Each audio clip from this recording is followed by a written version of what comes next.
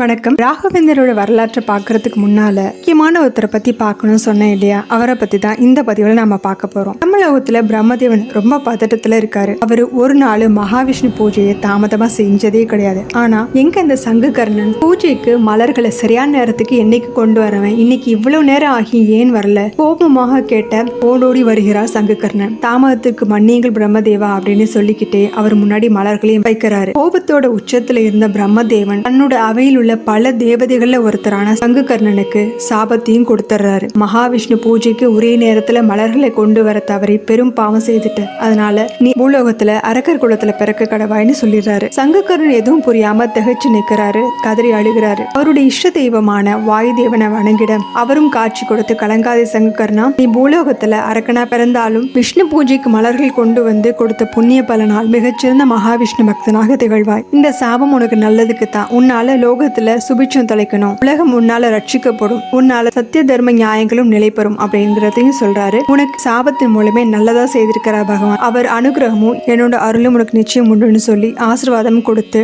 சமாதானம் செய்து அனுப்பி வைக்கிறார். சங்குகர்ண தேவதை பூ உலகத்துல எடுத்த முதல் அவதாரம் பிரகலாதன். உலகத்துல மிகச்சிறந்த விஷ்ணு பக்தர், மிக உயரிய குணங்கள் உடைய சிறந்த மன்னர், அரக்கர் குலத்திலே ரொம்ப நல்லவர். இவரோட அன்புக்கு கட்டுப்பட்டு தான் மகாவிஷ்ணு இவரோட 21 தலைமுறைக்கு மோட்சம் தரதா வாக்களிக்கிறார். சொன்ன வாக்கு காப்பாத்துறதுக்காக இவருடைய பேரனான மகாபலியிடம் 3 அடி மண் கேட்டு வானையும் பூமியை அளந்து 3வது அடிய மகாபலியின் சிரசின் மேல் கால் வைத்து அழுத்தி ஒரு பாதாள உலக மன்னராகவும் ஆக்குறார். தொடர்ச்சியை அடுத்த பதிவுல பார்க்கலாம்.